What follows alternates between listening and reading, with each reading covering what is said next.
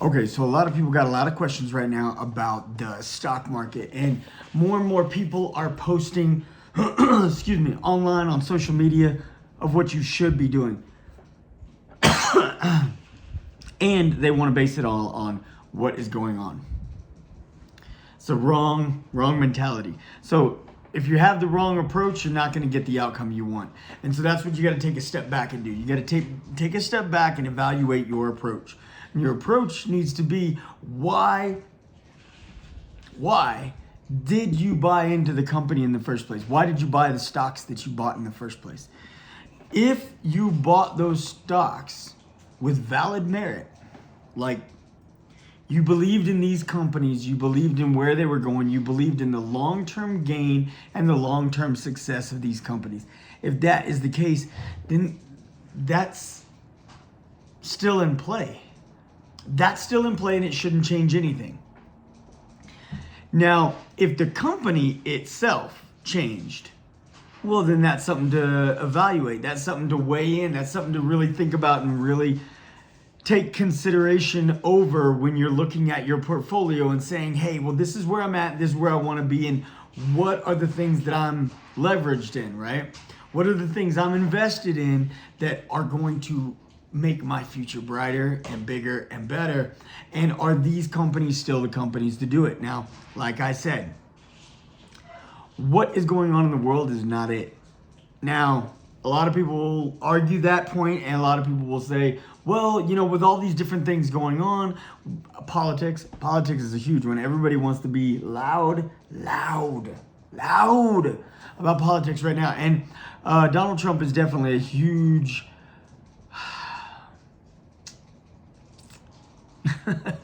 he's a huge influence over that loudness, because a lot of people love him, a lot of people don't, and at the end of the day, he is very loud. And so because he is very loud, the people who love him are very loud in favor of him, and the people who don't are very loud against him. And because another one is Elon Musk. Elon Musk has been involved with a lot of things lately, and because he's been involved in a lot of things lately, and Elon Musk has always been an attention grabber. He just has. Okay, so now with that being said, people are they're piggybacking off of Trump and Musk and things like that. They're also piggybacking off some other things in the media today, and they're saying, well, because of these things, I'm going to tell you why it's going to be good.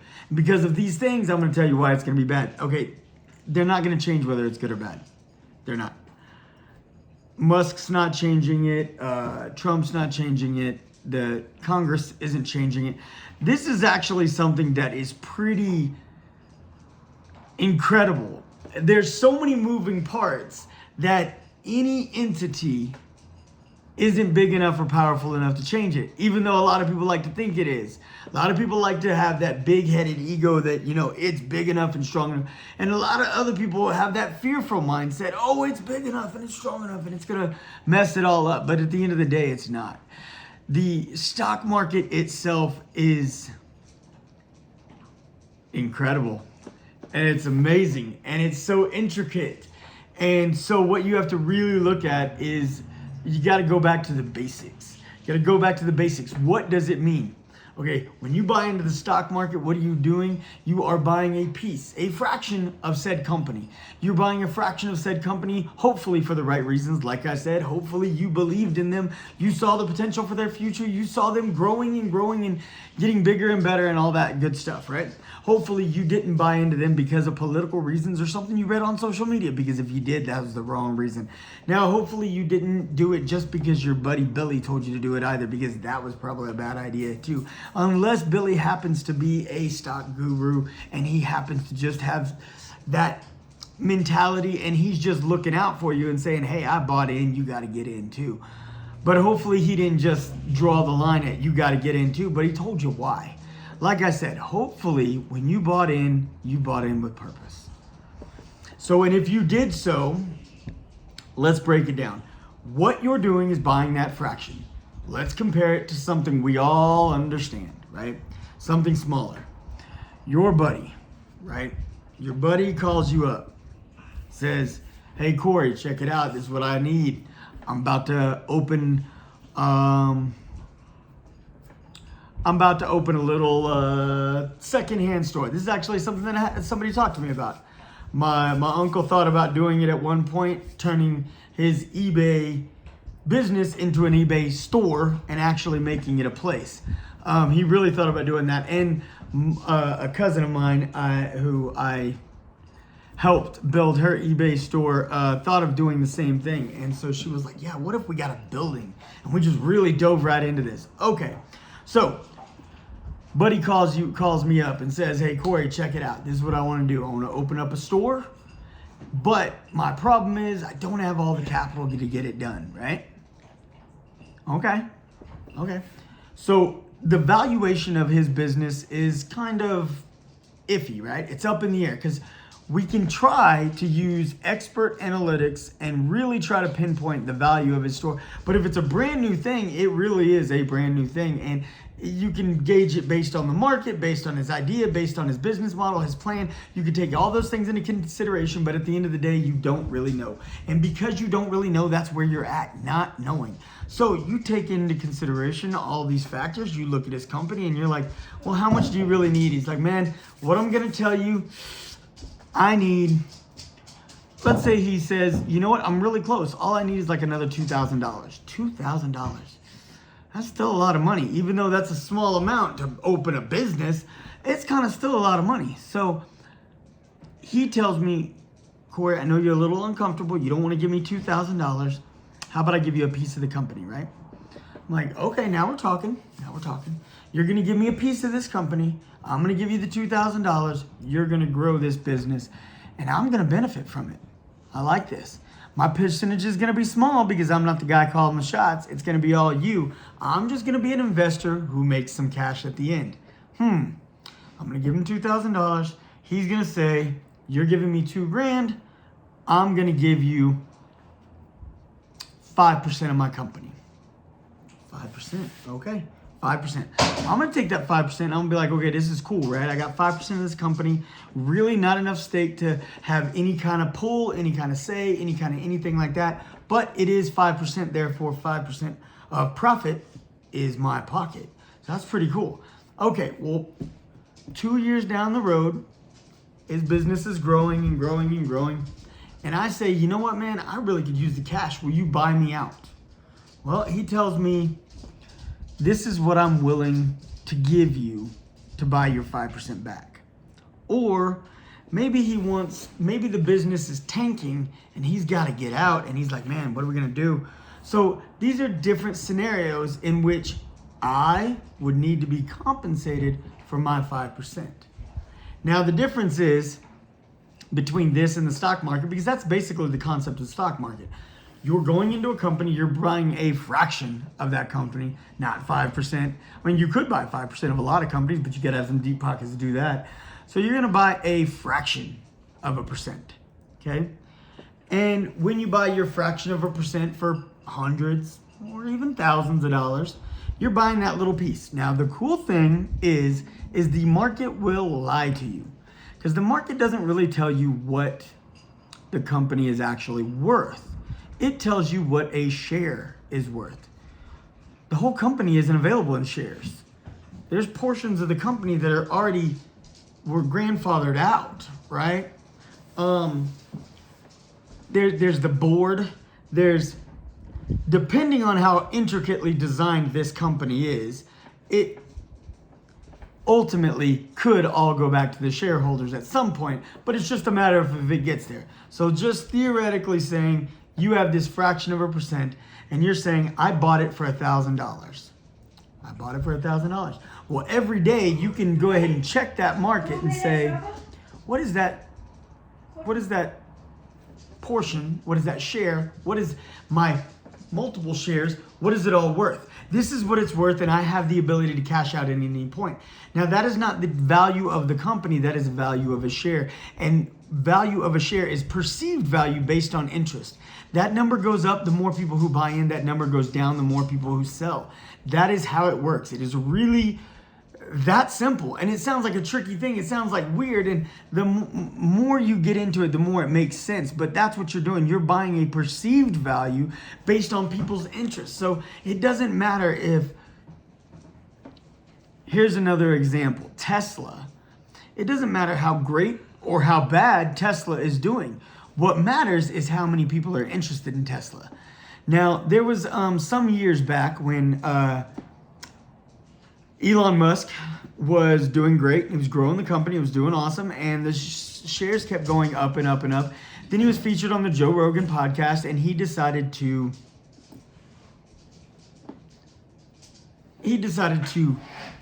take a drag off a joint. And when he did, he was like, hey, I don't even understand how to do this. I've never done this before. And when he did, everybody kind of got a chuckle out of it. But the crazy thing is there was a lot of older generation who had invested in Tesla, who believed in Tesla, but they also really liked Musk. But when he did that, they kind of lost a little respect. And the very next day, a bunch of people sold their shares. Now, they sold their shares, they cashed out, they got their money. Whether they won, they lost, it doesn't really matter. Not the point.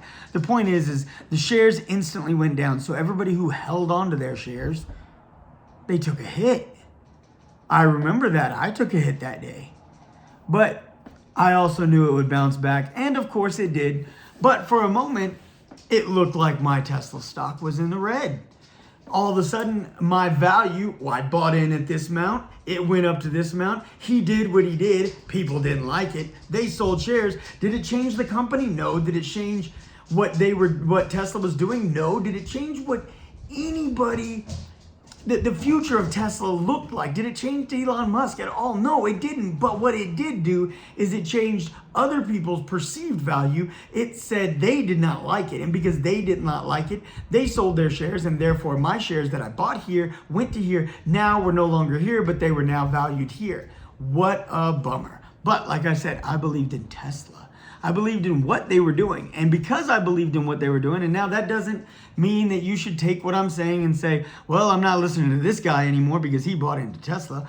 Or you doesn't mean that, oh, this guy's a genius because he bought Tesla. No, and what it means is I didn't lose, I won. That's it. I won. That's the only thing to take away from that is that I won because I didn't sell out. And a lot of people sold, some took a win, some took a loss, but at the end of the day, a bunch of people sold because they didn't like it. And everybody for a quick minute looked like they were losing.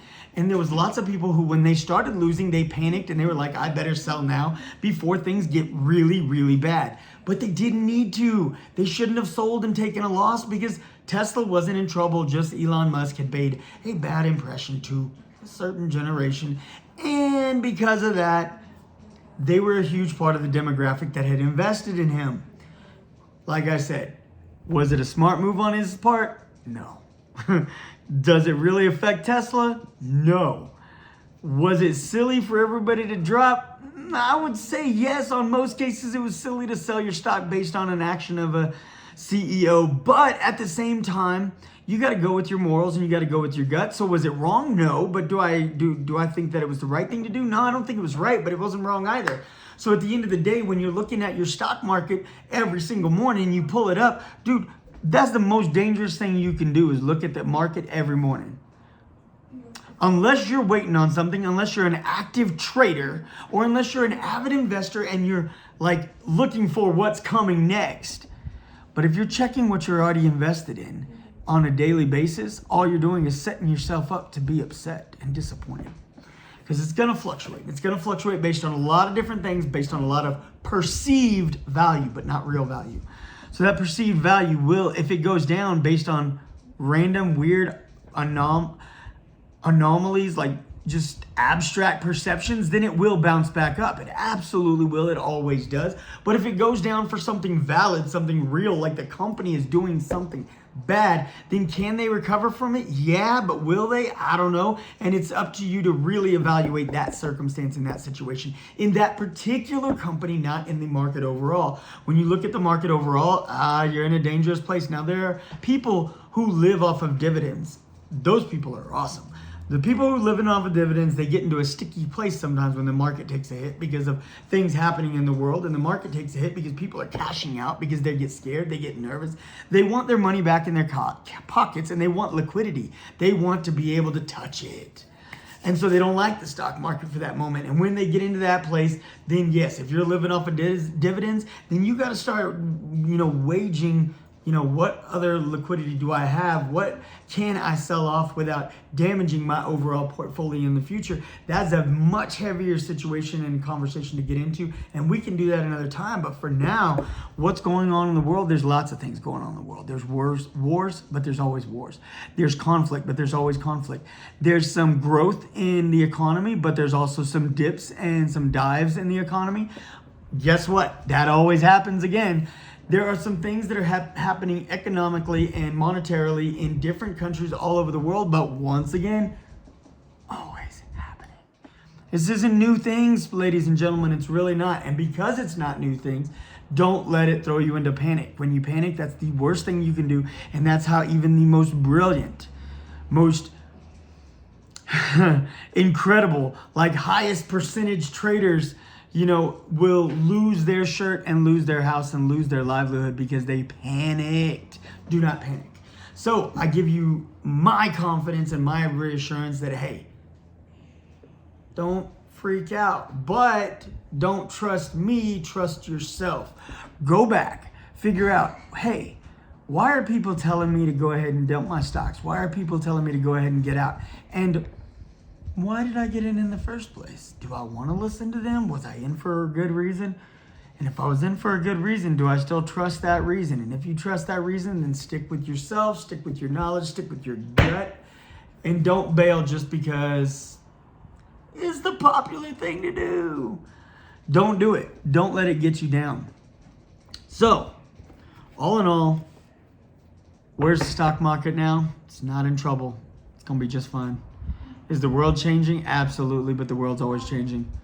Will those changes affect the stock market? They'll affect the market. They'll affect the perceived value. Will they affect those companies? I don't know. Some companies are affected by change, some aren't. Some of those changes make companies grow and boom and thrive. And some of those changes, well, they destroy companies. It has been known to happen. So again, why are you invested? Ask yourself that question. Why have you leveraged in this company opposed to that one opposed to this one? And then ask yourself, is that answer still consistent with what it was when you first got in? And if it is, then you're in the right place and you need to stick with it. It's gonna be all right. So, I hope this helps. I hope this gives you some insight.